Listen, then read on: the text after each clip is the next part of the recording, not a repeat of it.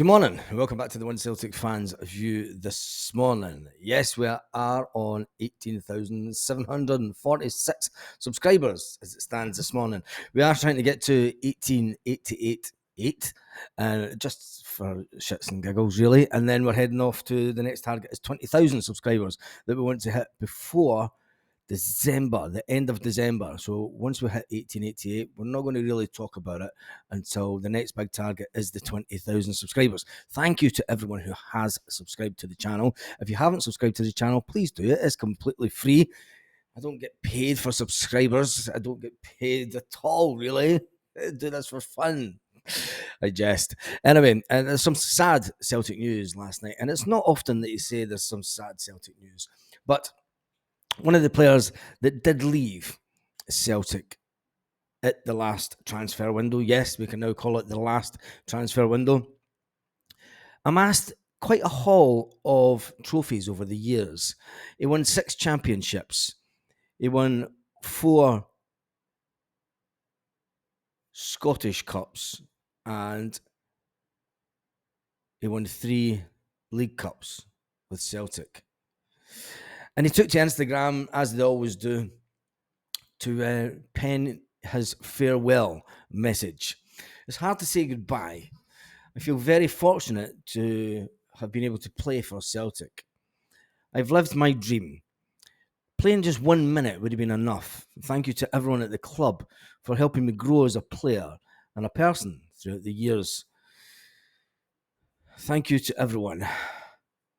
Thank you to the fans who have supported me through the good times and the bad.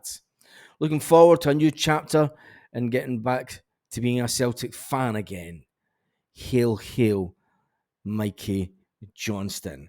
Yep, Mikey Johnston. And then when you think about it, I mean, that's a fantastic amount of medals that he's won. I'm going to get into the players in just a minute that said that give Mikey Johnston a farewell. But when you look and watch to the end of this video, because we're going to talk about how important month September is for Celtic. But when we look at it, Mikey Johnston, he joined Celtic a long time ago. Yeah, it was a long time ago. He played under 17 for Celtic, under 20, and then he went into the Celtic B team. From the under 20s when the B team came into fruition, as they say, because they done away with reserve team football, didn't they? Anyway, he then went out on loan in 2022, came back to Celtic, and under the new manager, Brendan Rodgers. And it has to be said that Brendan Rodgers and Celtic didn't really want Mikey Johnston to leave. Brendan Rodgers certainly didn't want him to leave, but he understands how the player feels, that he's not guaranteed first team football, and Mikey Johnston's just at the stage of his career where he wants to play football. And let's not beat about the bush. I think if there was one bit of advice that Callum McGregor and James Forrest would give to any young Celtic player coming through the system, is don't do social media. Just don't do it. Don't do social media. I think Mikey Johnston felt the pain of the criticism that he received online, being a Celtic player, and he took that to heart, and ultimately it has pushed him out the door. Celtic did get good money for Mikey Johnston. He went out on loan to West Brom. The manager didn't want him to go out on loan, but Mikey said, "Look, I want to go and play football, boss." Brendan Rodgers thinks highly of Mikey Johnston and still does. And he wanted Mikey Johnston to go out on loan last season, get some game time, prove that he is the player that he is, and then come back to Celtic and then stake a claim for that first team position. But because he's not going to be guaranteed first team football, Mikey Johnston's just thought, do you know what, enough's enough. People say that I've had far too many chances, and some people will still say that I've had far too many chances. But when you look at that haul of medals that Mikey Johnston has won, 6 championships, 6 Scottish championships. He's won more than Tav. He's been a Scottish Cup winner 4 times, and he's won the Scottish League Cup 3 times. That will always be with Mikey. You can't take that away from him, and we wish him well. And I think as Celtic fans, we need to stay off the back of our homegrown talent sometimes. We do tend to give them a lot more stick, personally than we do to foreign stars. And I think that, every single person watching this video would probably give their left arm to just have played 1 minute for Celtic. And it's like Mikey Johnston said, to have come on the pitch and played 1 minute for Celtic. He says that would have lived with me forever. But the fact that he has done what he has done should really let fans go, do you know what? Maybe he wasn't too bad a guy. Maybe not being the player that you all wanted him to be, and maybe he didn't rise to the top that he maybe thought he would at Celtic. But let's wish him well, and we hope he does well for Ireland and his new club, West Brom. Anyway, let me move on from that.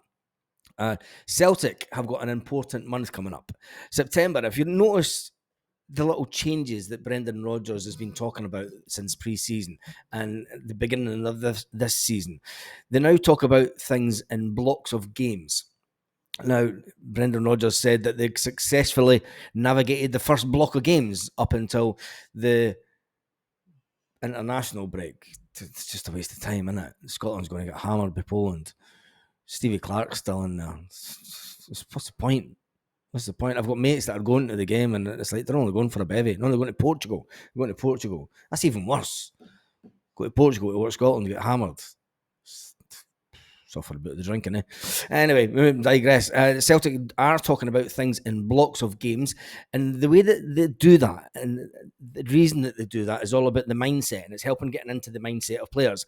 If you can achieve small targets on an ongoing basis, you'll get to your overall target, which is winning the league and winning the treble. And if you can achieve little small, and this comes down to a word called Kaizen. No, not Daizen, Kaizen. And it is a thing. It's continuous improvement. And they use it in Japan a lot. And it is about continuous improvement. And that's what Celtic aim to do throughout the season, is just keep on winning these little small blocks of games. Now, we start off at Hearts on the 14th of September, which is a game that Celtic will win. And I want to make sure that Hearts are one of the teams, Hearts and Kilmarnock for me. A perfect end to the season would be Hearts and Kilmarnock get relegated and the Sevco finish outside the top six. For me, it'd be like, that'd be Christmas. That'd be Christmas all day long. It would be if Carling could do Christmas, Carlsberg, sorry. If Carlsberg could do end the leagues, Carlsberg could do end the leagues, that would be it. Those two to go down and Rangers to be at the top six. And then in come the Slovaks. Celtic do have 3 home games in September, which is good. Slovan Bratislava come to Celtic Park for the Champions League, and Celtic will be looking down to put down a marker for this game.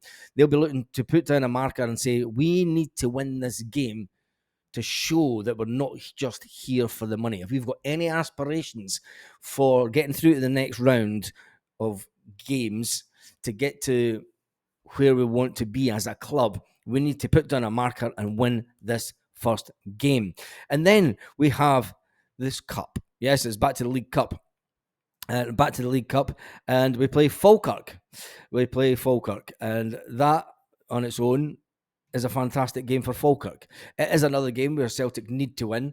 It's a game where if we have any aspirations to get the treble, we'll obviously have to win. Falkirk will put up a difficult... Let's not talk about Celtic Falkirk back in the 1990s, because every Celtic fan will know what happened then. But anyway, Celtic will put out their best team and they'll put on a performance, that's for sure. Because then it takes us into the end of September and the final block of 4 games, and only the second game in the SPFL this season to make sure that we stay top of the league. Looking down on the Rangers. They won't even be looking down on them. It will still be Aberdeen. It will still be Aberdeen that we'll be looking down on. And the final game in September is the 28th of September, 3 o'clock kickoff away in Perth. That's always a good game. You've got to park in that car park, takes a while to get up, and there's no pubs around about. It's a crappy away game to go to because there's not really any boozers near about. So, it's just you arrive, go to the game, bugger off. Anyway, that is the block of 4 that Brendan Rodgers will be trying to navigate over the next month, and it's an important time. September, although you think, right, everything's settled down now, the transfer window's settled down, when you look at it from the club perspective and the team and players' perspective, there's a lot of targets to be met in September. Winning those 2 league games, making sure that you stay top of the league, and staying. Well, you're going to stay. You're going to stay in the Champions League, but you want to get off to a good start, and the team will all be focused. In the back of their players' minds, they'll be thinking, I need to make sure that I'm in top form going into the Hearts game. I need to make sure come the 14th of September, when the manager puts out the team sheet, he's got one eye looking for the Champions League game on the Wednesday, just 4 days later, and thinking, who am I going to play in that game? And Brendan Rodgers is going to have a fantastic headache, because let's face it, I could see a lot of competition for places now that we haven't really had in the last year. Although we did bring in a lot of players last year, they just weren't good enough. I think we've now brought in a quality of player that will give Brendan Rodgers a massive headache.